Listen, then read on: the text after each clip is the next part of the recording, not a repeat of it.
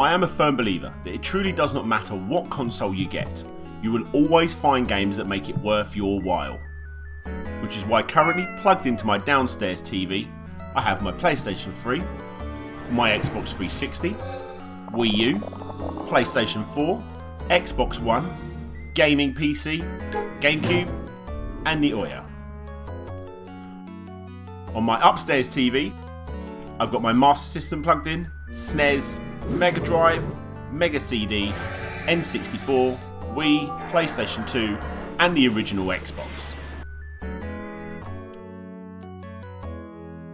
No matter what game console you decide to turn on, I honestly believe that I can show you several games that fully makes purchasing the system well worth your while. Of course, this was not always the case, and when I was a young lad, my parents got me the Sega Mega Drive, and without knowing it, led me down a path of Sega fanboyism. And so began the playground rivalry with every single kid that owned a SNES.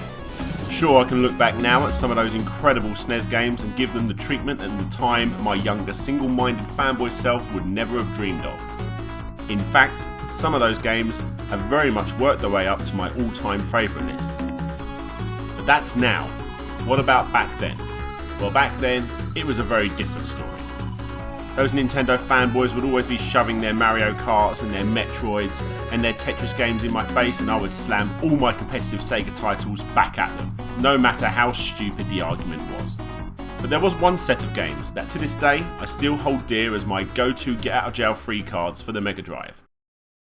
Streets of Rage.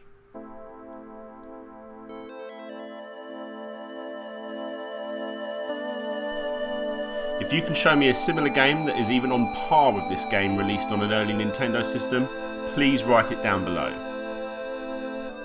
As stated in my Story of Roland episode, click here to see that one, this was one of the 4 games I got with the console from the very beginning.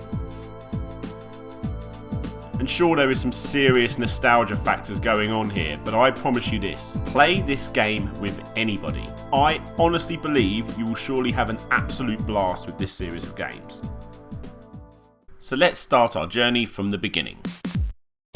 Just as the mighty Super Nintendo was on the horizon, Sega needed some exclusive first-party games to rival Nintendo's upcoming SNES lineup. So they decided to do what they do best and look to the arcades for the answer, in which they discovered Capcom's Final Fight.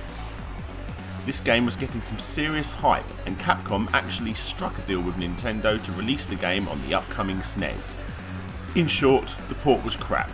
If you want to play Final Fight, I suggest the definitive Mega CD version of the game. Anyway, Sega decided that they needed a piece of the action, so began work on the rival game, and they put their best guys on the case. Former members of Team Shinobi, responsible for the fantastic Revenge of Shinobi, chopped and sliced the original Golden Axe engine to create what would eventually become Bare Knuckle.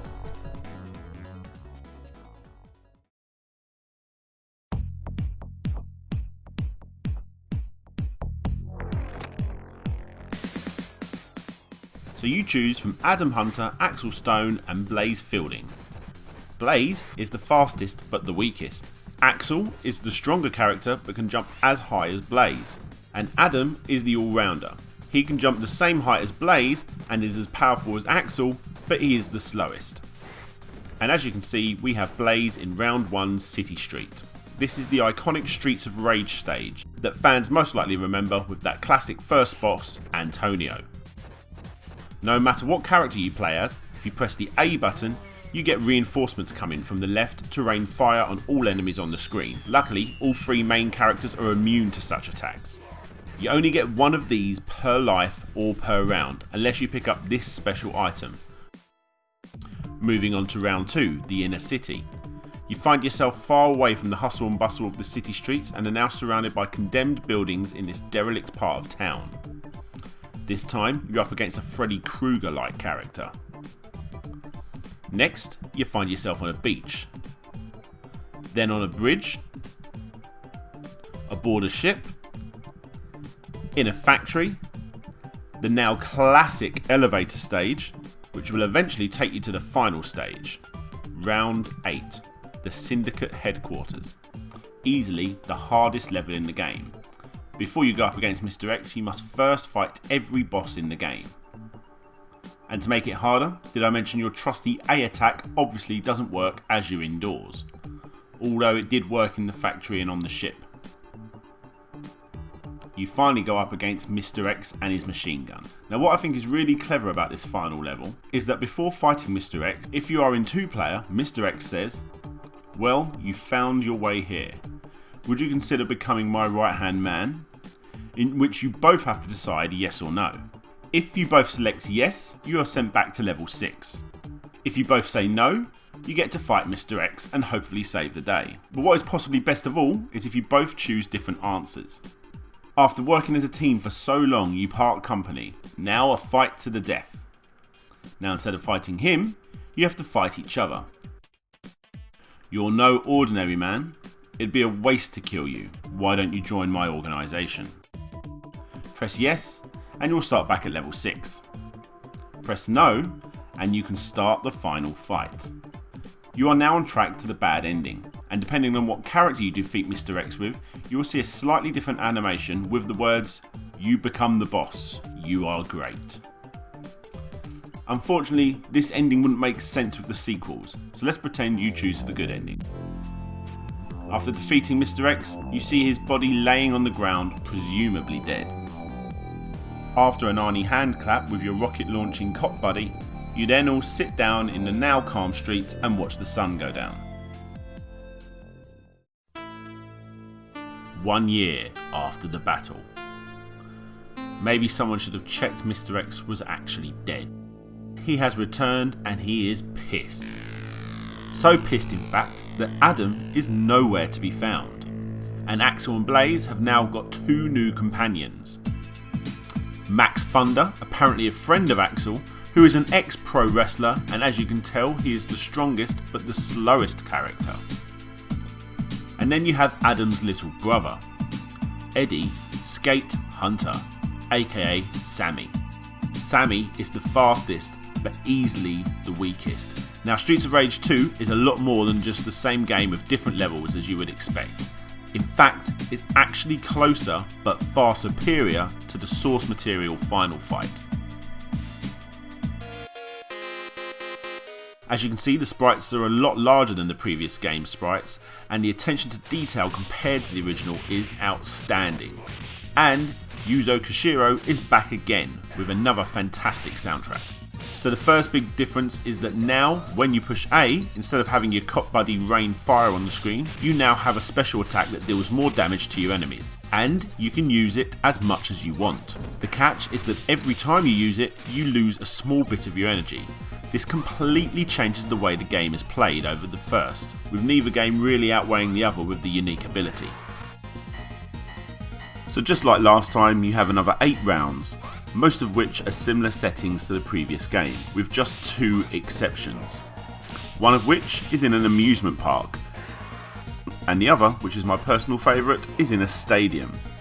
Eventually, again, you go up against Mr. X and his trusty machine gun in the final stage. My biggest gripe with the game is the fact that unlike the first game, there is no multiple endings, but the game is so replayable you can hardly complain there.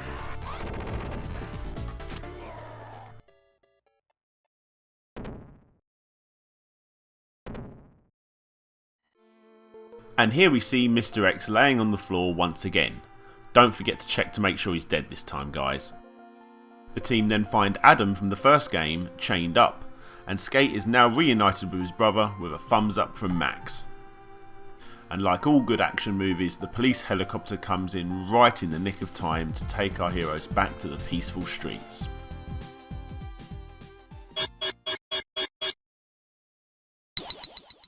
With Axel now setting up a school for martial arts, Blaze, now a private detective, sends Axel a letter explaining that her new friend Dr. Zan has said that Mr. X is back, replacing top-ranking officials with identical robots under his control.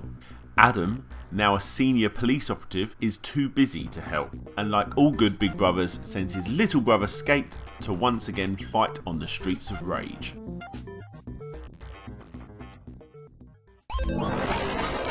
The notable jump from the first game to the second game is noticeably missing, and this is in fact more of the same game with a few tweaks. This is probably the main reason the game never did as well and gets a bad reputation. Sure, the music is not as good as the last two. Dr. Z is easily the worst newcomer to the series. You can even argue that the storyline is the worst, and that the game came out far too late on the Mega Drive's lifespan. But let's look at it like this. Streets of Rage 2 was one of the greatest games ever made for the Mega Drive, and this game is more of that game, but like I said, with a few notable, 5 to be exact, improvements. Firstly, instead of jumping straight into the game, the levels all start with small cutscenes, and every level is like this. They never last more than 4 or 5 lines of dialogue, and I really do think that they majorly improve the atmosphere of the game. Secondly, unlike the first two, almost all the levels are in different settings, and you start this time on a harbour, with the first boss being Shiva, or Ash if you're playing in the Japanese version of the game. Defeat him and hold B until the next round, and you can actually play as him if you lose a continue, which is the third new improvement of the game, unlockable characters. You then fight in a nightclub, but before going in, you go up against a clown and a trained kangaroo called Roo. Maybe Winnie the Pooh's 100 Acre Woods is close by. If you defeat the clown, and you do not beat up Disney's kangaroo, then you will also be able to unlock Roo as a playable character. You then find yourself on a construction site where Axel goes up against a robot duplicate of himself, and finally starts to believe Dr. Zan's story. The team then make their way through an underground level, and you'll be shocked to hear that at level 5 you are already on the final stage, the Syndicate headquarters. This stage has the 4th improvement to the series, Hidden Paths. Eventually you work your way up an elevator where you will find Mr. X waiting for you, who admits to kidnapping the Chief of Police. As usual, he sits back while you fight the last of his minions, and then once you've defeated them, you go up against him. But not the real him, instead you go up against Robot X. If you are playing in easy mode, this is where the game ends, and you see Mr. X watching the events unfold on the big screen.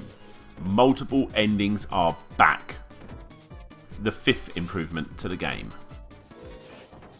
But if you play in normal mode, you get to move on to stage 6. This is a crazy level where you only have 60 seconds to find the Chief of Police, and if you don't get to him in time, the building starts to fill up with poisonous gas and he dies with you moving to level 7B. But save him and you move to 7A, the real final round, the Syndicate Robot Factory. You go up against the hardest boss in the game, Dr. Dharm. And finally, once you've defeated him, you find Mr. X, or at least what's left of him. Seriously upset that you defeated Dr. Dharm, and in a fit of rage, he puts on his robot Y suit and attempts to defeat you himself. While fighting him, he has a self-destruct 3-minute countdown going down at the same time. Defeat him and you save the day with Skate's brother Adam helicoptering in, the city saved, and 4 pictures showing them all living their lives after the battle. Even Max Thunder makes a welcome return. If you do not defeat Mr. X within the 3 minutes, you are treated to the bad ending. Adam still swoops in to rescue you all, but Mr. X still is able to detonate several bombs in the city. As I said earlier, if you are unable to save the Chief of Police, you do not get to see the Syndicate Robot Factory at all. Instead, you go to level 7B, the City Hall, where you eventually burst into a press conference revealing that the Chief of Police is in fact an imposter. The Chief throws away his clever disguise and once again Shiva is revealed. Actually, he's not that hard. Once defeated, you interrogate Shiva to tell you how to find Mr. X, which he refuses. You then see a similar ending to the easy ending with Mr. X sitting in a room watching the news report.